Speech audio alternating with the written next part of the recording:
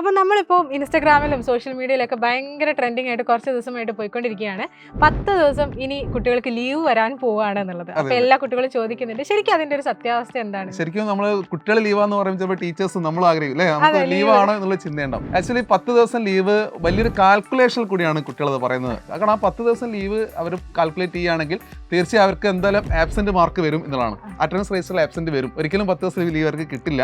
കാരണം നമുക്ക് എന്തായാലും അറിയാം, നമുക്കറിയാം പൂജ ഹോളിഡേയ്സ് വരുന്ന സമയത്ത് നമ്മൾ ബുക്ക് ഓപ്പൺ ചെയ്യുന്നില്ല അല്ലേ, പൂജയ്ക്ക് വെച്ച് കഴിഞ്ഞാൽ ബുക്ക് തുറക്കുന്നില്ല. ശരിക്കും പൂജ ഹോളിഡേയ്സ് നമ്മൾ കലണ്ടറിൽ കാണുന്നത് 1-2 തീയതികളാണ്, നെക്സ്റ്റ് മന്ത് 1-2 തീയതികളാണ്. പക്ഷെ അതിന്റെ തലേ ദിവസം നമ്മൾ പൂജയാണ് അല്ലെ, 30-ാം തീയതി അവർക്ക് ഹോളിഡേ ആയിരിക്കും. കാരണം പൂജയ്ക്ക് ബുക്ക് വെക്കുന്നുണ്ടാവും. പൂജയ്ക്ക് ബുക്ക് വെക്കുന്ന ദിവസം 29-ാം തീയതിയാണ്.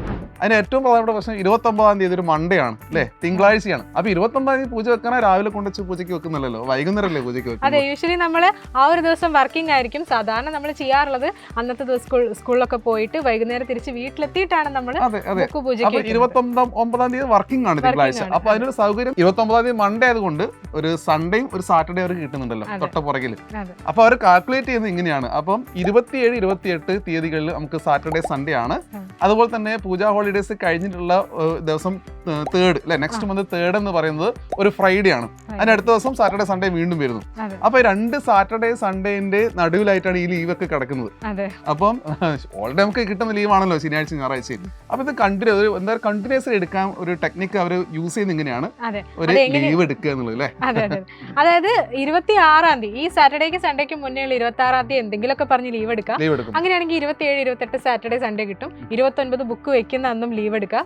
പിന്നെ 30-1-2 എന്തായാലും ലീവാണ്, അന്ന് പഠിക്കേണ്ട ആവശ്യമില്ല, സ്കൂളിൽ പോകേണ്ട ആവശ്യമില്ല. പിന്നെ 3-ാം തീയതി ഫ്രൈഡേ ഇതേപോലെ എന്തെങ്കിലും പറഞ്ഞ് ലീവ് എടുക്കുകയാണെങ്കിൽ 3-ഉം കിട്ടും. പിന്നെ 4-5 സാറ്റർഡേ ആണ്. ഇങ്ങനെയാണ് 10 ദിവസങ്ങൾ കുട്ടികൾ കാൽക്കുലേറ്റ് ചെയ്യുന്നത്. അപ്പൊ ഈ 10 ദിവസം അവരിങ്ങനെ കാൽക്കുലേറ്റ് ചെയ്യുമ്പോൾ അവരുടെ അറ്റൻഡൻസ് രജിസ്റ്ററിൽ 3 ആബ്സെന്റ് വീഴും എന്നുള്ളത് ഉറപ്പാണ് അല്ലേ.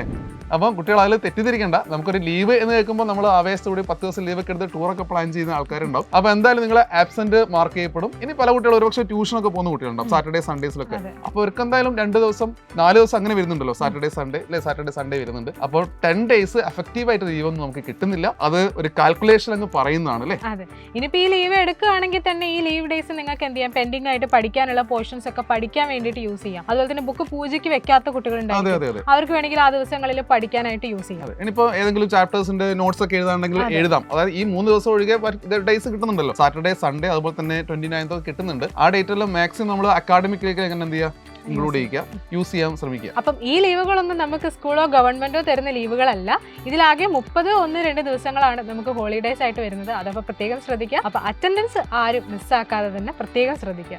So don't miss your classes.